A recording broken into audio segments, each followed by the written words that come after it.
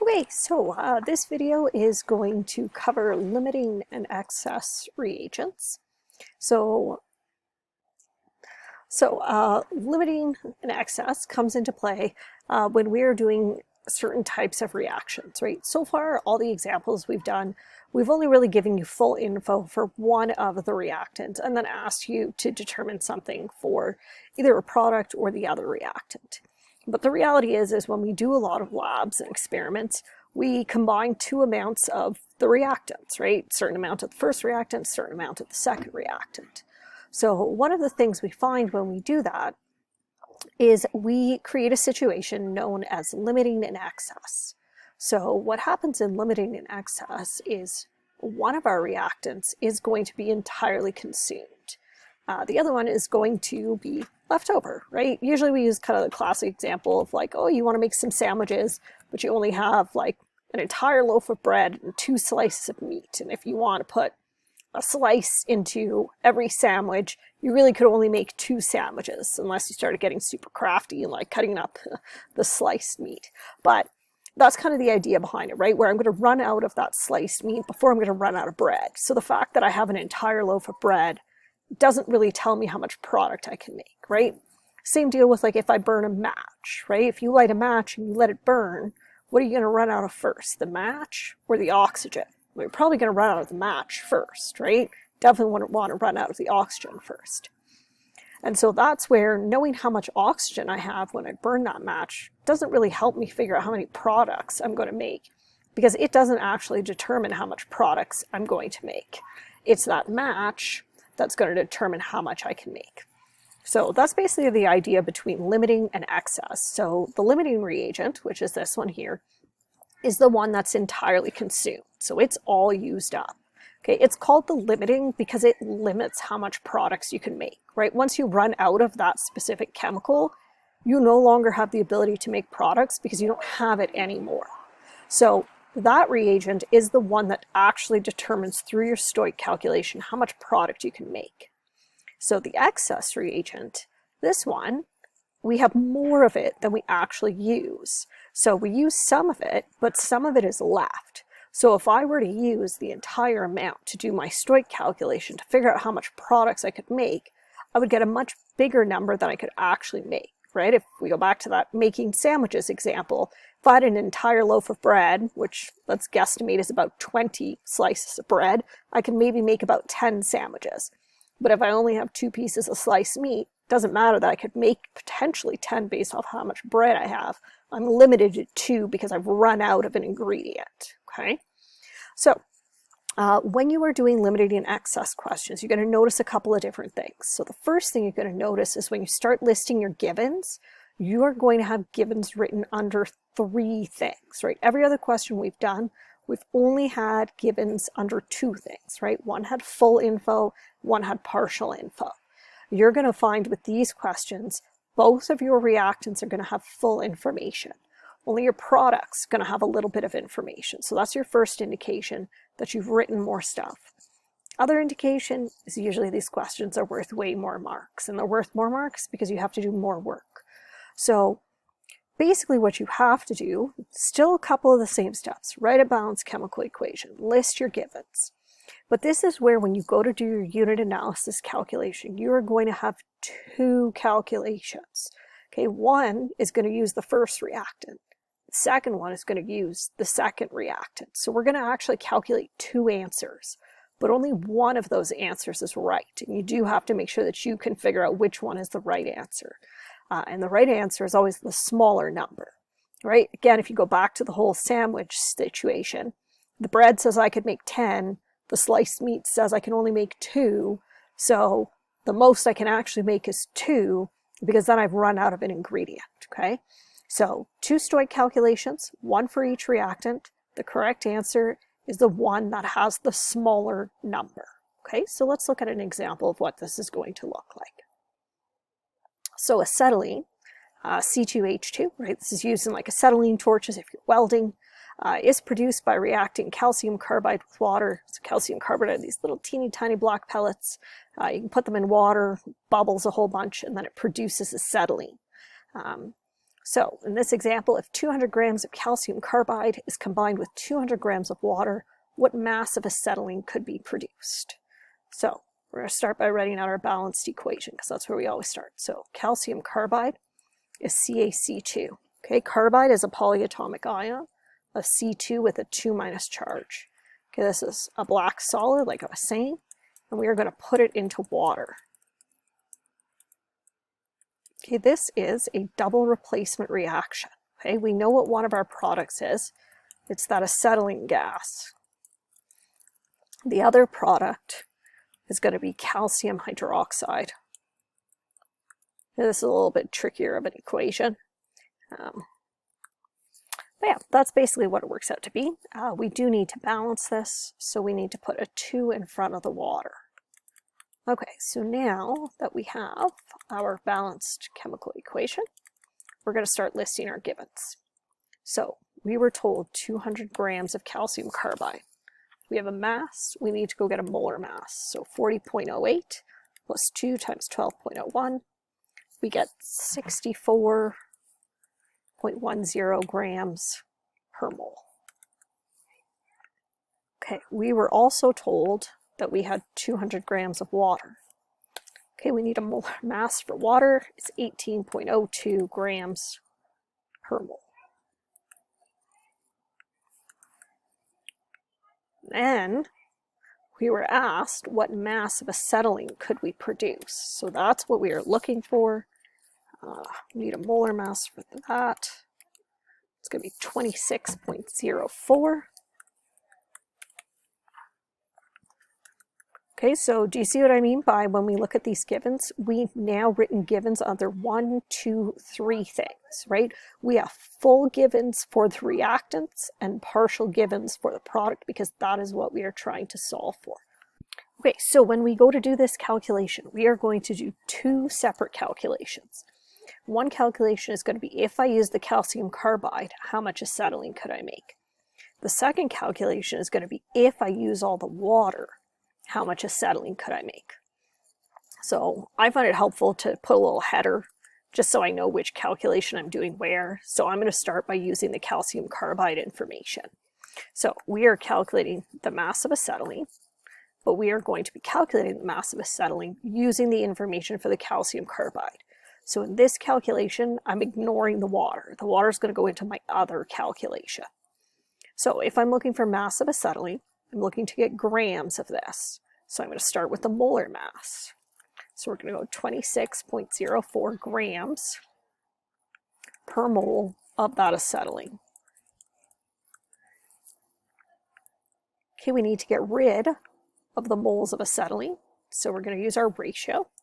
So we're going to do times 1 mole of that acetylene over, because we're using the calcium carbide, 1 mole calcium carbide. Okay, so from here, we're able to eliminate that unit, moles of C2H2.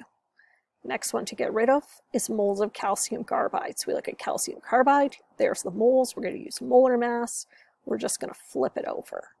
So we're going to do times moles of CaC2 over 64.10 grams.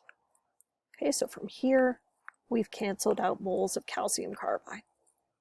Last thing to get rid of is the grams of calcium carbide, so we are going to times by 200 grams over 1. Okay, so we're going to go ahead and get our answer for this, and then we'll do our second calculation to see which one is the right answer. So 26.04 divided by 64.1 times 200, we get 81.2 grams. Okay, so that's how much acetylene I could make if the calcium carbide is the limiting reagent. But I don't know yet if it's the limiting reagent because I need to do a water calculation because maybe water is actually my limiting. So we're still calculating the same thing. You're going to find anytime you do a limiting reagent, you actually always need to make sure that you are calculating the same product, right? Sometimes I see you guys where like you use one reagent to calculate one product and use the other reagent to calculate a different product, but then you can't actually compare those numbers because they're not for the same thing. So really important to make sure that you are always calculating the same thing, just using the info for the different reactants. So we're still going to start with the molar mass of that acetylene because we're still ultimately looking to get mass of acetylene.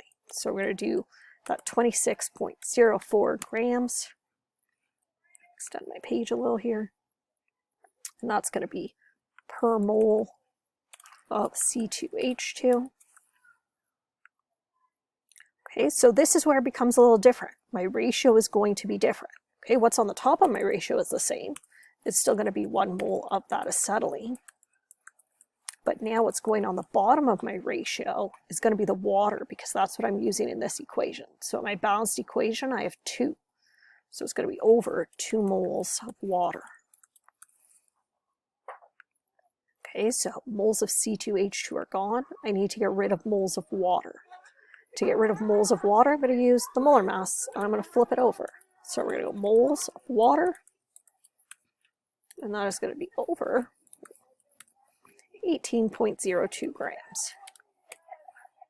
And so that allows for me to get rid of the moles of water. Next unit to get rid of is the grams of water, so we're going to times by that 200 grams that we had in the question.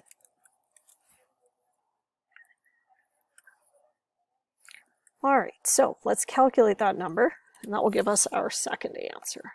So 26.04 divided by 2 divided by 18.02 times 200. I get 145 grams. So I have calculated 2 answers, right? They're both for that acetylene. So when I look at them, I need to determine which one is the smaller one. That's this 81.2. So this is the correct answer, okay? Not the 184. So usually on a question like this, you would want to either like circle it, or I know some of you like to write like little therefore the mass of acetylene that could be produced is 81.2 grams. You can definitely do that as well. It can also be helpful, especially because some of these questions have a second part, to go back here to where you've written out your names of your reactants and write that this is the limiting and this is the excess. Okay, and I know that because the limiting reagent is the one that produces the least amount of products, and that is my correct answer. Whereas my excess is the one that produces the greater amount of products and is not the correct answer because I can't actually make that much. Okay, let's try another question. This one does look a little bit different. So, if a 20-gram bar of magnesium is placed in 1 liter of hydrochloric acid with a concentration of 0.150 moles per liter, A, what will the concentration of magnesium chloride be following the reaction? And B, what mass of magnesium will remain? Okay, so we're going to start by doing A.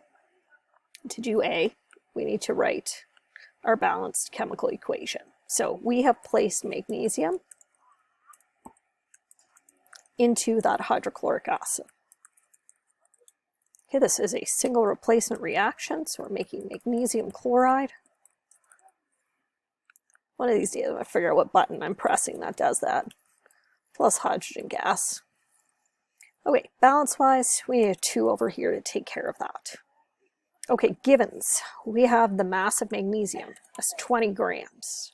So we're going to need a molar mass, 24.31 grams per mole. Okay, we have HCl. We were told for HCl that we had 1 liter of it, and that it was at a concentration of 0.150 moles per liter.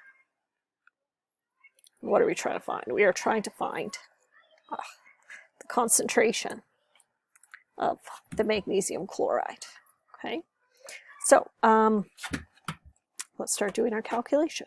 So we want to determine the concentration of the magnesium chloride. So concentration, MgCl2.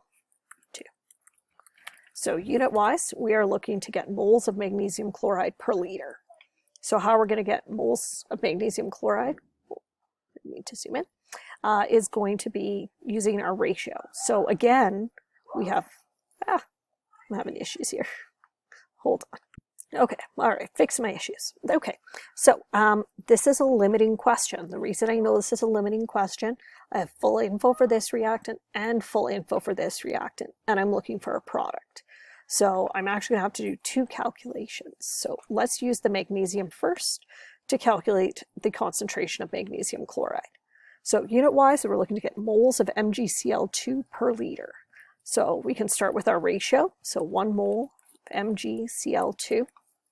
Because we're using magnesium in this one, it's going to be over 1 mole of Mg.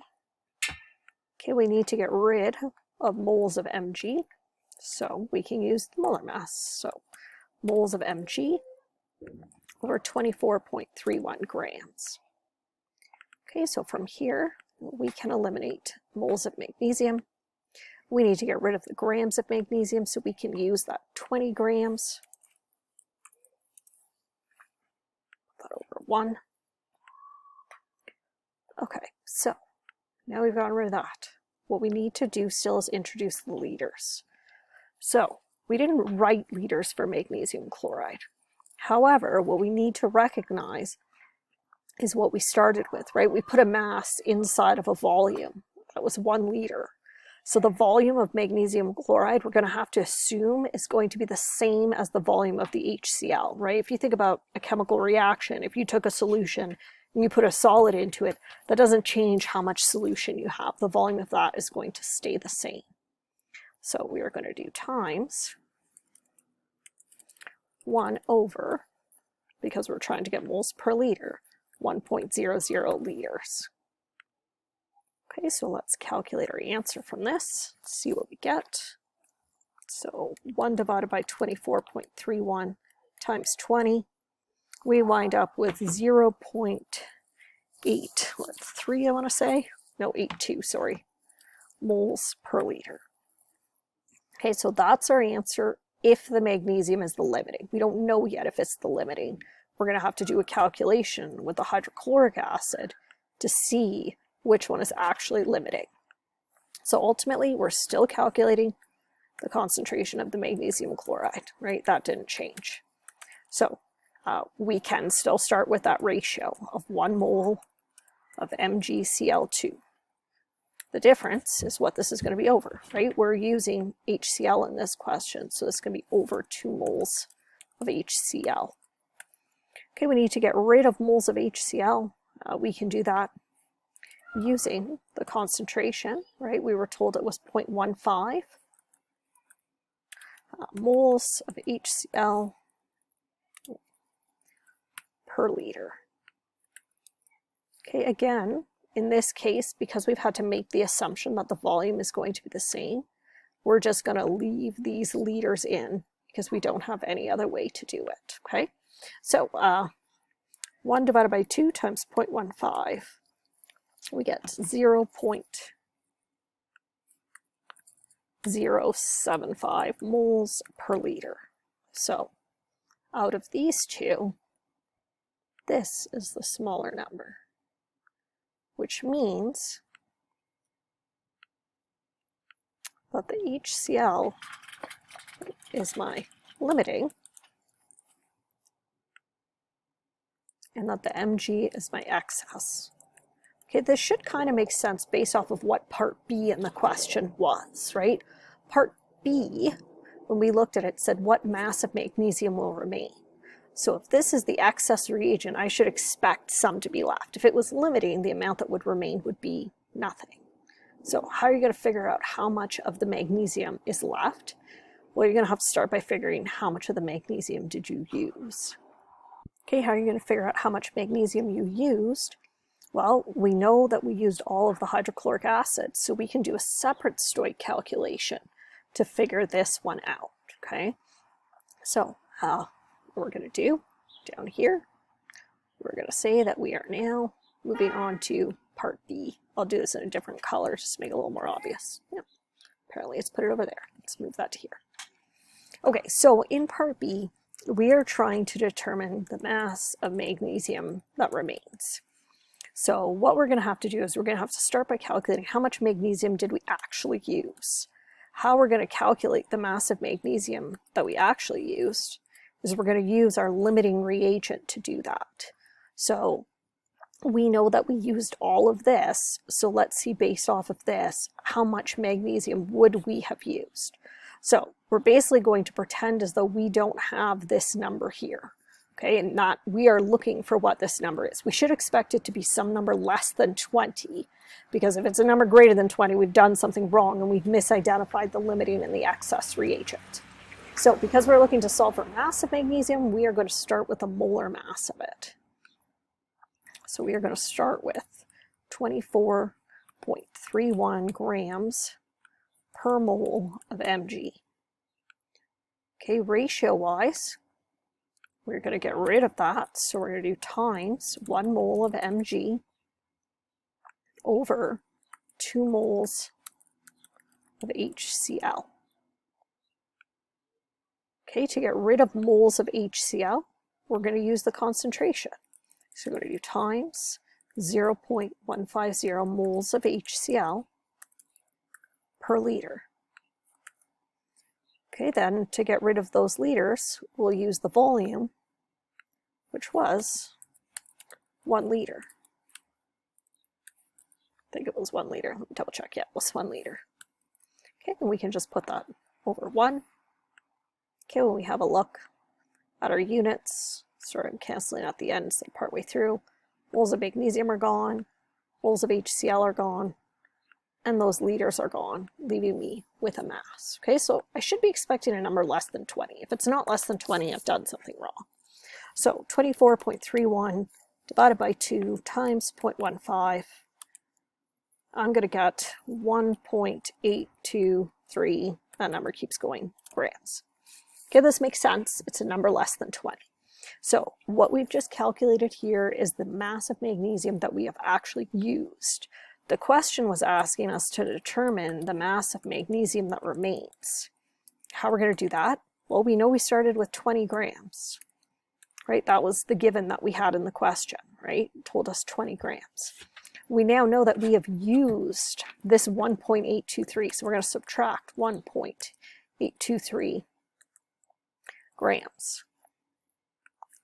So significant digit-wise, because the 20 had no numbers after the decimal, we can't have any numbers after the decimal. So we get 18 grams remaining. Okay, so questions that ask you how much remained, you have to go do a totally separate stoich calculation to use the limiting reagent to figure out how much of the excess you needed to match up with that amount, which is what we did here. And then you are going to subtract what you started with from what you actually used.